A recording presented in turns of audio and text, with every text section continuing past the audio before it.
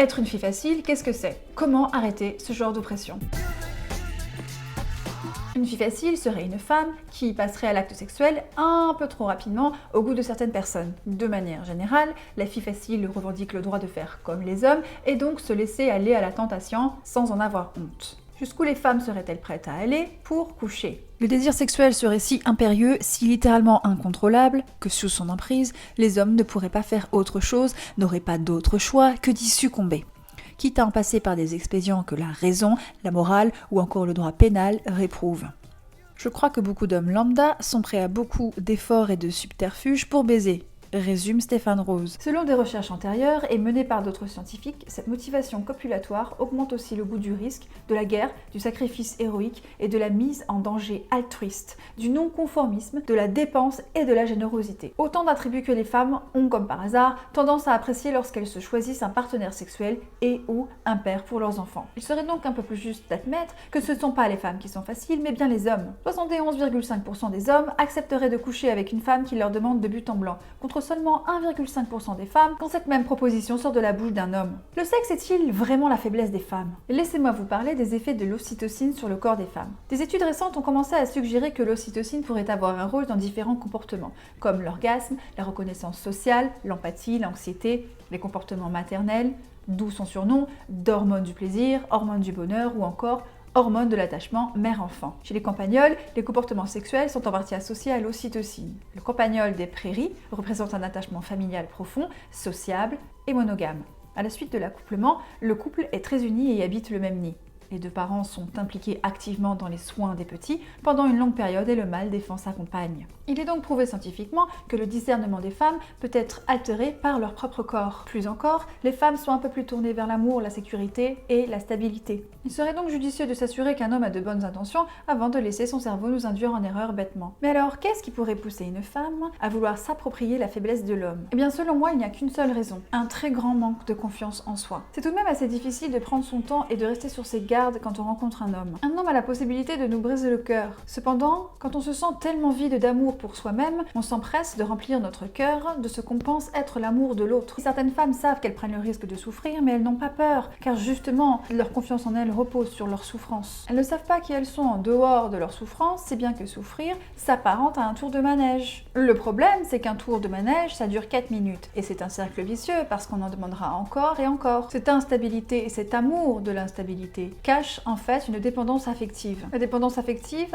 est la conséquence même d'un manque de confiance en soi. On se dit forte quand on est seule, mais il est plus difficile de continuer de s'aimer quand on est avec les autres. Ne pas s'aimer soi-même, c'est s'empêcher d'être heureuse. Si bien qu'il est difficile pour un homme de rester, parce que les hommes et les femmes se retrouvent souvent dans un but commun, le bonheur. J'ai ma petite théorie sur ce mal-être. En 1, le capitalisme qui mise sur nos défauts pour créer des nouveaux besoins. Pour vendre, il faut répondre à un besoin. Pour répondre à un besoin, il faut créer un manque. Le capitalisme mise sur ce qu'il y a de plus important pour l'être humain, être aimé. 2. Les belles femmes des magazines qui promettent des produits miracles pour obtenir un idéal de beauté qui nous rendra dignes d'amour. C'est bien que nous cherchons à consommer pour s'acheter une meilleure image de nous-mêmes. Et en 3, les réseaux sociaux où de vraies personnes arrivent à nous faire croire qu'elles sont parvenues à cet idéal. C'est bien que l'on se compare et on déprime alors que ces femmes sont sûrement aussi seules que les autres. Selon certaines personnes, les différences entre les hommes et les femmes ne seraient pas biologiques mais culturelles et injustement avantageuses pour les hommes. Je pense qu'il y a deux problématiques qui se posent. Beaucoup d'hommes hétérosexuels sont attirés par ce qu'ils ne sont pas et la féminité joue un rôle très important dans les relations hommes-femmes.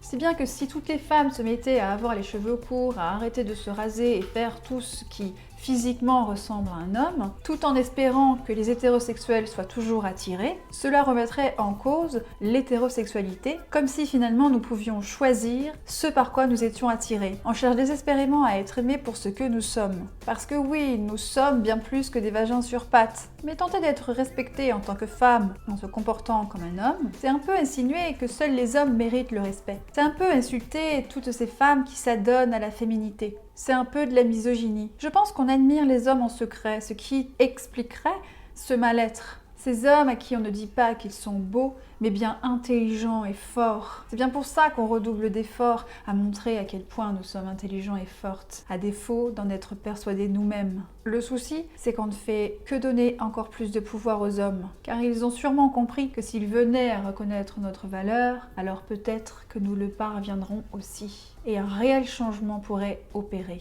Se caler sur un modèle masculin reviendrait à le trouver mieux que la femme, alors qu'il n'est pas mieux, il est complémentaire. De plus, les hommes sont loin d'être parfaits. On dit souvent que les hommes sont vus comme des don Juan auprès des autres. Cependant, les femmes se passent le mot. Ils ont ainsi l'étiquette de connard, de salaud, de séducteur, passant de fille en fille. Et même si certaines femmes sont attirées par ce genre d'hommes, ils n'ont pas bonne réputation auprès de certaines femmes, et souvent celles qu'ils veulent le plus. Être indépendante ne veut pas dire que les femmes doivent désormais se résigner à des relations sans lendemain. Évidemment que toutes les femmes ont le droit de préférer leur carrière et refuser d'avoir des enfants. Cependant, ces femmes-là aussi libèrent de l'ocytocine. En niant la biologie, on finit par nier nos propres besoins et on se demande pourquoi nos relations ne fonctionnent pas. Admettre que l'on a besoin d'amour ne devrait pas représenter une faiblesse. L'amour est plutôt une vertu. D'ailleurs, tout le monde a besoin d'amour. Pourquoi les hommes n'aiment pas les filles faciles? Certains hommes ne se préoccupent pas souvent de l'orgasme d'une femme, surtout quand ils ne la connaissent pas et qu'ils viennent de la rencontrer. Si bien que si une femme prend le temps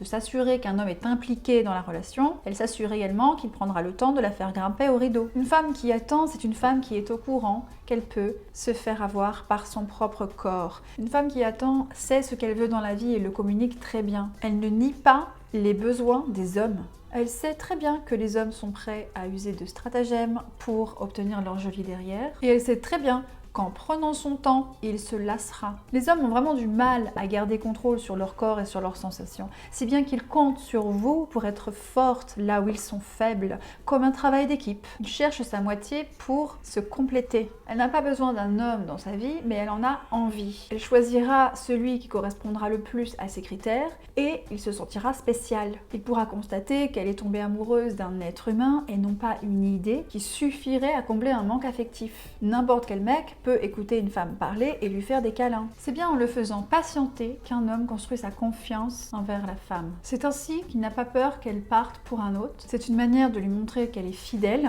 et qu'elle ne tombera pas enceinte d'un autre en lui faisant croire que c'est le sien. Une femme qui fait attendre un homme est une femme qui respecte son temps. Elle sait que si elle veut des enfants un jour, plus elle est jeune, plus elle sera fertile. Donc si un homme est là pour son joli derrière, elle passe son chemin. Elle veut construire une relation saine et durable. Elle sait que ça prendra du temps, mais elle n'est pas pressée. Toutes ces raisons expliqueraient la motivation des autres femmes à se juger entre elles. N'oubliez jamais que les autres apprennent comment il faut se comporter avec vous en observant comment vous vous comportez avec vous-même. Cette vidéo est maintenant terminée, merci d'avoir regardé, à bientôt.